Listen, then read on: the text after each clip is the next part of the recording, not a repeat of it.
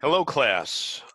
This is lecture 7A, and what I noticed when I looked down to make lecture 8 was that there is a button on my microphone here, my microphone cable, that shuts the microphone off.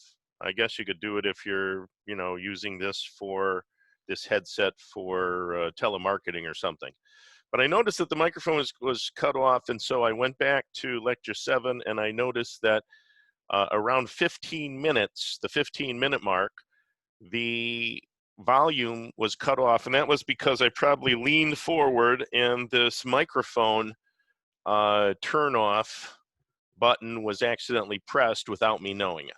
So what I wanted to do is I wanted to take about 10 minutes or so and just work through this part that I did here. The only part that we really, haven't looked at is the part from here over, right? Because we had done all of this part over here, we had done all this part over here in the first 14 minutes, but the only thing that we hadn't done was we hadn't done this part over here. This is where the, and this is an important part because this is the inverse lever rule. So I just wanted to put a couple minutes in here to discuss this, and what I've done, I'm just going to discuss it, is I've set up the same part of the circuit that I have over here, right? This is the 77.38 volts down to the 40.09 volts, and we're just going to look at this part of the circuit all by itself. And so that's what I've done over here. And so I put an equivalent circuit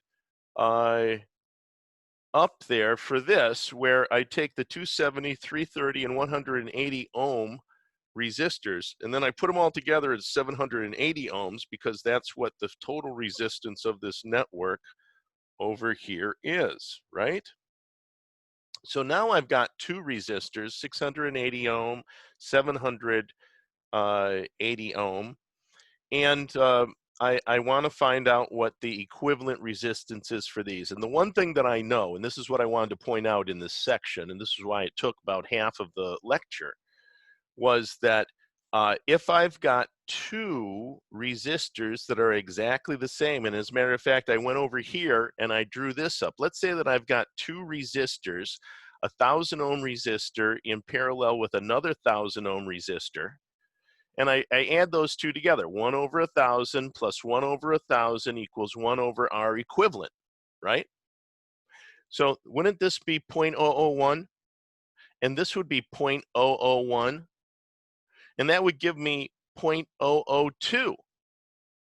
And then if I take the reciprocal of 0.002, that gives me 500. So Req equals 500 ohms, right? So if I have 2,000 ohm resistors in parallel, I'm always going to get 1/2. The equivalent resistance is going to be 1/2 of those. What if I had 3? Well, I think everybody can see that if I had 3 of those in parallel, then it would be 1/3 of that value, right? Just like here, I've divided it by 2 because I have 2 in parallel. You would also, when you look at this, you see I've got a 680 and a 780 in parallel. They're very close to one another, aren't they? Right? So I would assume that they, being in parallel, would be very close, or the equivalent resistance is going to be very close to 1/2 of those, of the mean of those, and you can see that we've got something just like that. So 1 over 680 plus 1 over 780 is 1 over Req. Req is 363. So I've got 37.29 ohms going through the equivalent of a 363.3 ohm resistor. And let's just do the math here, right? So this is going a little faster than I thought because we're doing, so let's just do the math here, and we get 1 or 0.1028, which is what we assumed is the current flowing into that part of the circuit, right? And so down here, we've got the same thing, but what I want to show you down here, in fact, I should probably use something to delineate this, is can we do this another way? And the answer is yes.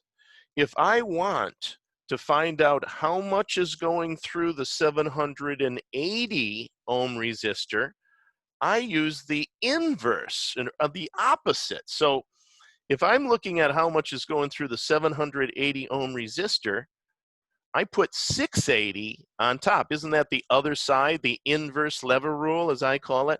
So if I want to find the amount of current going through the 780, which would of course be less than what's going through the 680, because the 680 is a lower resistance, this is a higher resistance, I would put the 680. 680 over 1460, and what is 1460? 1460 is just the 780 and the 680 added together, right?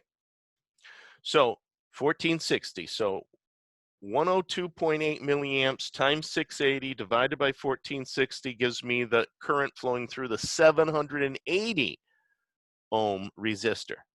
And then the current going through the 680 ohm resistor is just going to be the opposite, right? So opposite to the 680 is the 780 ohm resistor. So we have 780 ohms divided by 1460 ohms, and that gives us the 54.9 milliamps, right?